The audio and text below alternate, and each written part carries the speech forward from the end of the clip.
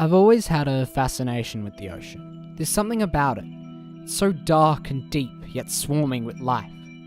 I can remember being a small kid at AQWA, staring through the glass in the tunnel of the Shipwreck coast exhibit.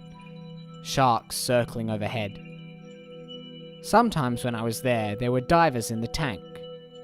How can they be in there? With the sharks, I thought. The thought never crossed my mind that maybe one day it could be me.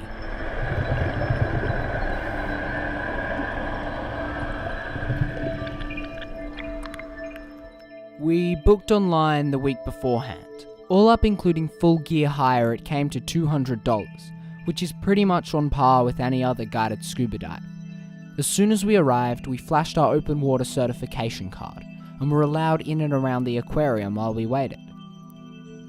After a full dive and safety briefing, we put on our gear and entered through a special pool, being careful not to step on any stingrays that like to rest up there.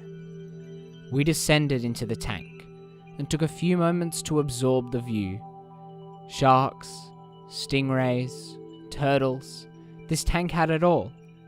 On the other side of the glass, I could see all the people, standing where I always used to. Once the last of us were down, the dive master started to guide us around the tank. The first thing we came close to was a little stingray, sitting on the sand just right under where we needed to go. It didn't cause any fuss. We traversed the tunnel over to the main viewing window, where we waved to the people outside. You can be sure at least one of them was thinking what I used to. How can they be in there? With the sharks? The truth is, the sharks in here aren't dangerous at all. The big scary looking ones are grey nurse sharks.